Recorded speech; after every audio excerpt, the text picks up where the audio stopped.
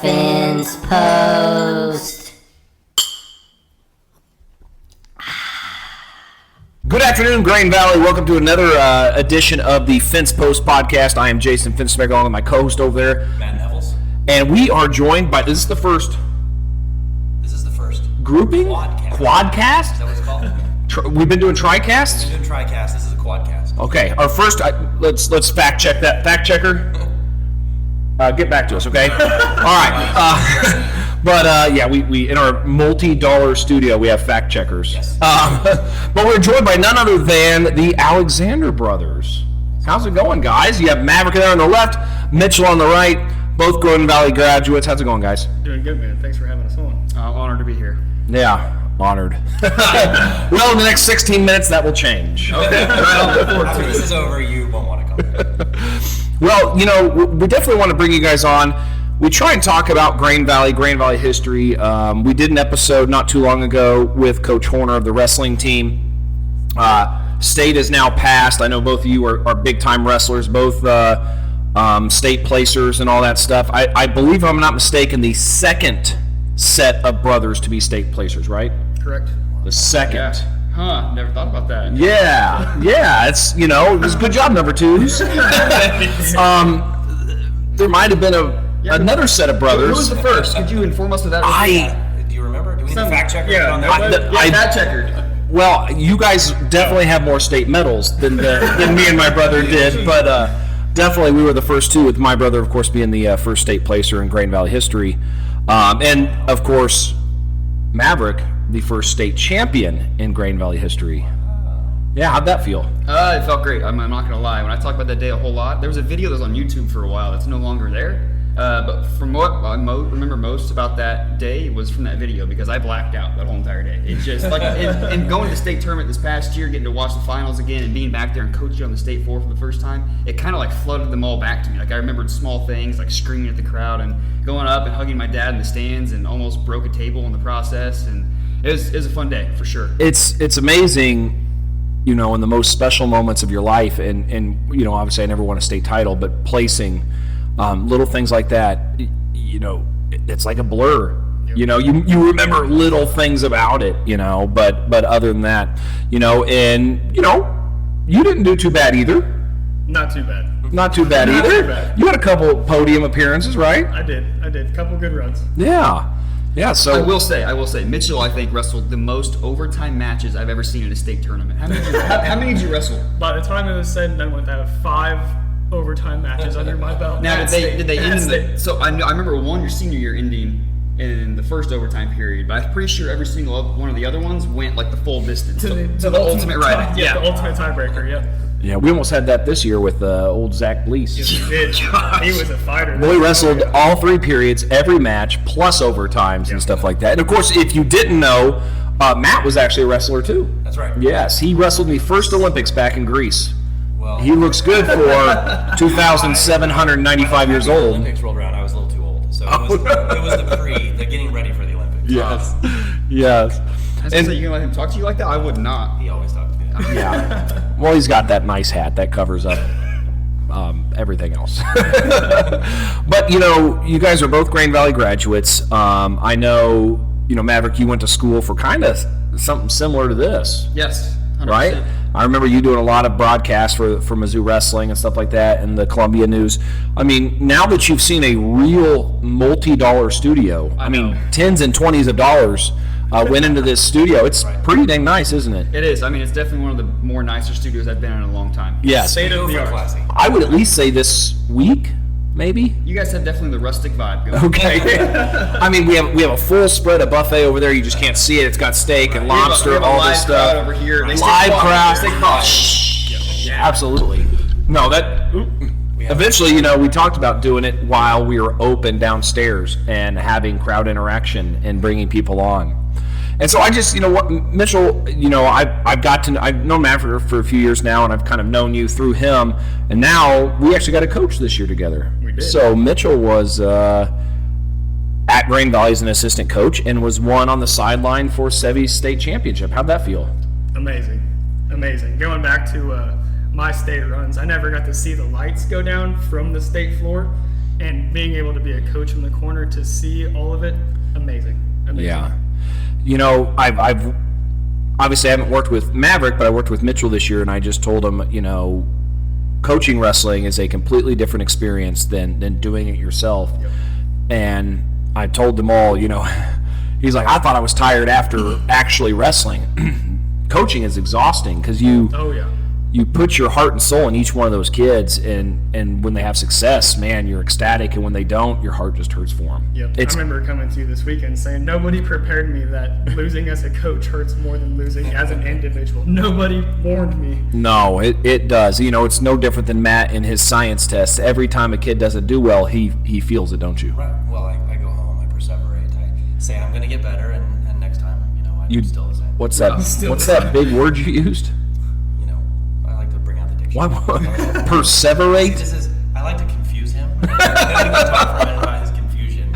It doesn't take much. Shiny objects, big words. It's a younger brother thing. Yes, and and of course, Mavrick, you were at Lone Jack this year, my old stomping ground, with one of my old assistant coaches, Ben Call. How'd that go? Actually, it was a phenomenal year. I've coached with coaches in the past, and you know, I've been a really good assistant coach in the past, but this year Ben Call, he was in my state corner for all my state matches my junior and senior year, whether that be the first round or the state championship or losing the state championship, because a lot of people forget I won it, but I walked out of there with a loss, and people forget that.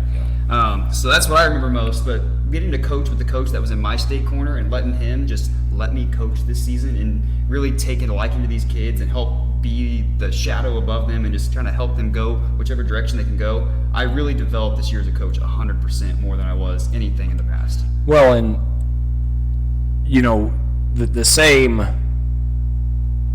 kind of feelings you have coaching with, you know, with Ben, Coach Call, is the same feelings I've had coaching with him, because kind of opposite though. You know, I coached him in high school, his freshman and sophomore year, and then he was just a spry 19-year-old that I ran into at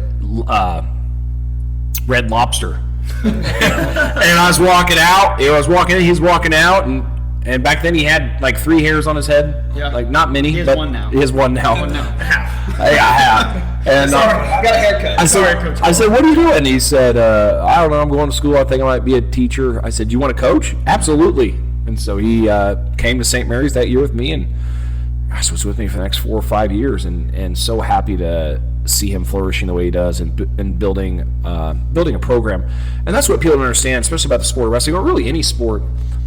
Building something successful when it doesn't rely 100% on your hard work is tough, because you can put in all the time, all the effort, and if the kids don't buy in, man, that is so hard. That is so hard. And you know, you are finding that out firsthand now. You know, you wrestle with these kids daily, and then when you go out to a match and they're not performing to the standard, you know, it's tough. Absolutely is. And so you get with them, you're like, I don't know what's going on with you, but let's get this thing turned around, you know? And it really is no different, Matt, than being a teacher, because there's plenty of times we do tests and stuff like that, and we know we've covered this material. We know the person knows the material because we've reviewed it with them, and then a test comes and it's... We had that experience recently where we gave a test and we said, what the heck happened? And you know what they're capable of. You see what they do in class every day, and then they go out there for their batch, their test, and they don't do as well. So you have to figure out what happened and how do we fix that. Yeah. Which I assume is what coaching is like. I don't know, because you have all these coaches. You've never... I was the original Athens wrestler, and you don't ask me to be part of the wrestling. So Well, it's a different style of wrestling than you were used to. It's not Greco-Roman. It's not wear a fig leaf. It's not whatever other kind of wrestling you did. But you have coached. I mean, you coached swimming and Scholar Bowl. I sat there while the coach coached. Yeah. And so how did it feel? Because you guys were on the same team together, right? For 1 year. For 1 year. So that's really cool, because that's exactly the same thing I had. Was my brother was a senior and I was a freshman, so for just 1 year. Yep. I was clearly probably not as good as you as a freshman. He still got pain in my butt every day. Every day. We were talking about that not too long ago, because I mean, I cut quite a bit of weight to get down, and I was intending on going a little heavier my senior year, and then my head coach was like, no, you're going to stay the same weight you were last year. And I was like, all right. And I had a pretty big weight cut, but I remember the memories on the mat, but I remember the memories most at the gym when him and I were both cutting weight. Like, just sweating our butts off, and we were completely they're not like fun memories, but like we remember them the most because we did them together. And some of the weight cutting that goes on, that's crazy. That is dedication. Before school, after practices, after school, Saturday mornings before the tournament, whatever it's Christmas Eve night, Christmas morning to eat breakfast. All that fun stuff. Yeah. The Thanksgiving Day meals were always the hardest for me because it was still so early in the year. You probably haven't really wrestled yet a match. And so you're finalizing that weight cutting and where you should be, and you go to Thanksgiving dinner or lunch, and your aunts and uncles see you with one piece of turkey breast meat and then just a little bit of sides, and that's it. And they're like, that's all you're eating?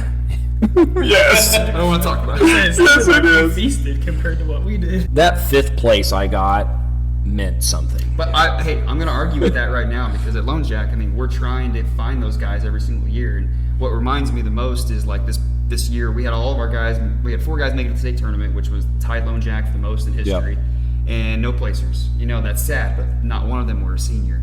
Yeah. So they're all coming back, and it reminds me a lot of my sophomore year, whenever that whole team made it to state and no one really placed, or my freshman year as well, and it just took those few that were bought in, those few that are there, those few that want to be there, because then that starts a snowball effect, and then other people see it. And then you have one dude just go off the rails one year and do really good, whether that's me, whether that's Wolfgang Clapper, who made the finals before I did. Like, the ball started rolling. And then when it started rolling, everyone just started hopping on. And that's why you see a really successful Grand Valley team this year, because it started back then, and then those were the guys in youth. So we were inspiring those guys. Yeah. That's the culture change we're actually bringing to Lone Jack right now. And it's super exciting because they got to come to this tournament, watch it. None of them placed, obviously very heartbreaking. One lost in the blood round, but they got to see it now. So now next year they get to carry it with them and be the leaders of the team. Though you did have a female place, though. We did. We had a heartbreaking finals loss in the semis. So then she went to the backside and she ended up getting 3rd, which is the best way to finish whenever you take a loss. Hardest place to get. The hardest place to get. The winner of the losers, and that's tough. Like, because you got to rebound from that loss. No, it won't. Finishing odd is the goal. Should be the goal of anybody at state tournament. Whatever it is, finish your last match on a win. And our year this year did not start out quite that way. We start out with an even, an even. One more even. But finally an odd, and then of course the state championship by Sebi at the end. And so you're right about everything you're saying, that it takes a group ahead of you. I know growing up we didn't have that group ahead of us because we didn't know anything about wrestling, and wrestling was brought, I believe, I remember the first junior high wrestling team, junior high, not Little League, was my freshman year, because I just missed it. The 8th grade year after me, the 8th graders after me, was the first ones to get to wrestle in for the school. Gotcha. But there was many times with Little League, there would be 3 of us at tournaments. Wow. Or 2. Or, I mean, we used to always go to the head table and say, could you have all of Grain Valley wrestlers please report to Mat 2? And it was the 2 of us. And so we would just do it just to feel big like all the rest of them. That one big tournament, and somehow your 2 guys are wrestling in the same round somehow. So it's funny you say that. My good friend James Nelson and I, the first year we both wrestled, which was 7th grade, we were both novice. We were the only 2 novice kids, because there were literally 3 people that went to tournaments. One guy went to the open, 2 of us went to the novice. And when I went to an open, then it was 2 at the open, 1 at the novice. But James and I were the exact same weight class. So we'd be at a novice tournament, and there'd be 2 of us, and we'd have to wrestle each other 3 times. Every time. Every time, yes. Did the wins actually go back and forth, or was it just the same person? I don't know, James, did they? He got me 1 time. Probably 1 out of 10. Now, we don't need to talk about that one, right, James? We went in there to joke. We were so tired. It was a long day. We went in there. I said, let's go in there and just joke around. We act like sumo wrestlers. We did stupid stuff for the whole first period, and then I chose down, and I kind of flail around like I'm doing something, and he double chicken wings me, drives me over and pins me. I'm like, what the heck? I might not get another chance, man. He sees his opportunity. Yes. Too. And I can't blame him. I can't blame him. And so, kind of to piggyback off sports and off wrestling and off life, what are some things that you guys learned throughout wrestling, Mitchell, that you still use today in your career, your professional career, just your relationship with stuff? What would you learn from wrestling? I'd say going back to my senior year state run, whenever I was training for the state title, and it was taken from me, that's more or less being told no.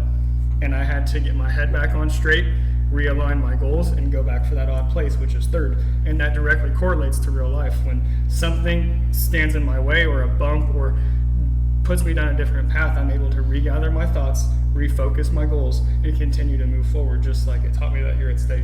It's the discipline part of it. It's the one-track mindset. It's keeping your head on straight when things don't go the way you think they're going to. Gosh, and that's hard.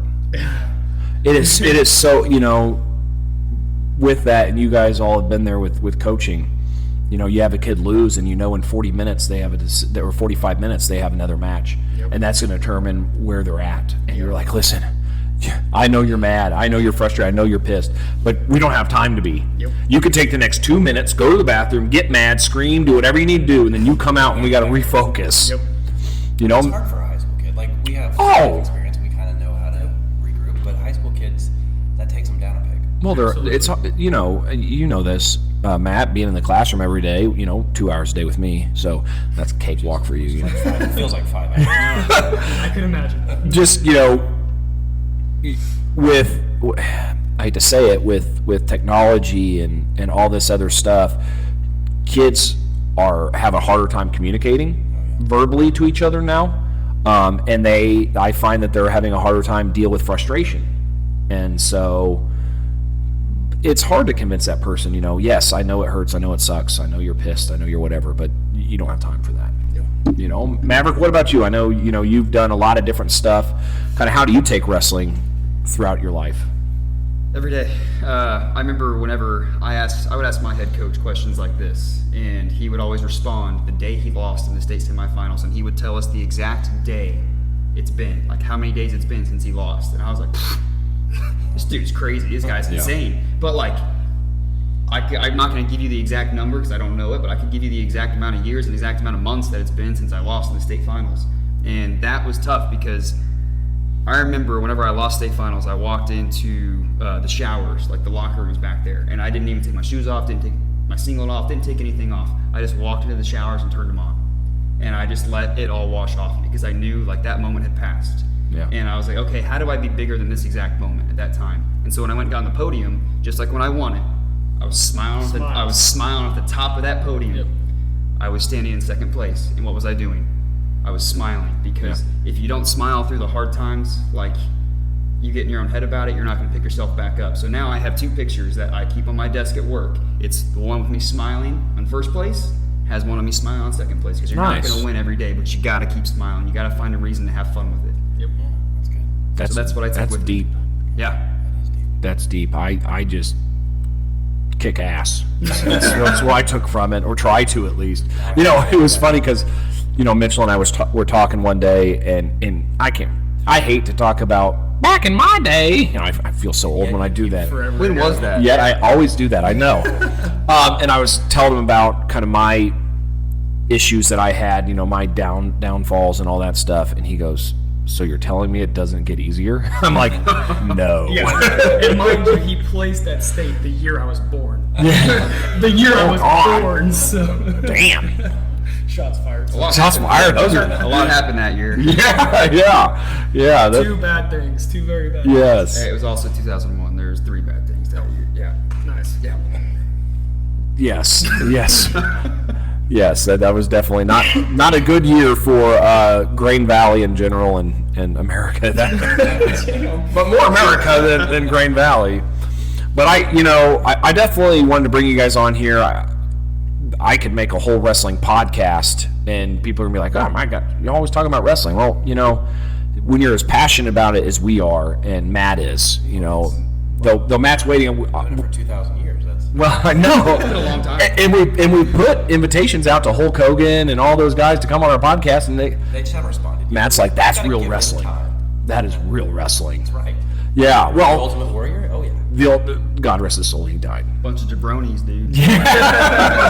Where's Logan Paul? I'll tell you what was funny was I grew up in, the 80s, 90s wrestling, and I always see the Steiner brothers come out in singlets, and, Rick Steiner, the dog-faced gremlin, always had his headgear on. I'm like, God, that guy is goofy. Who would have thought I'd be wearing the same crap one day? Well, I appreciate you guys coming on. I know wrestling season's always hectic for everybody, so now we get to calm down, go to the off season. I know you guys, push your wrestlers to compete all year round. Wrestling is one of those things that you really need to do it more often than just in season. Agreed. Of course. Because it's just going to make you better. It's one of those that you do more often. So, thank you guys very much for coming in. Yeah, it's been fun. Appreciate you guys having us in. Yeah, thanks for having us, guys. All right. Well, for Matt, I'm Jason, and this is another edition of the Fence Post. See ya. The Fence Post.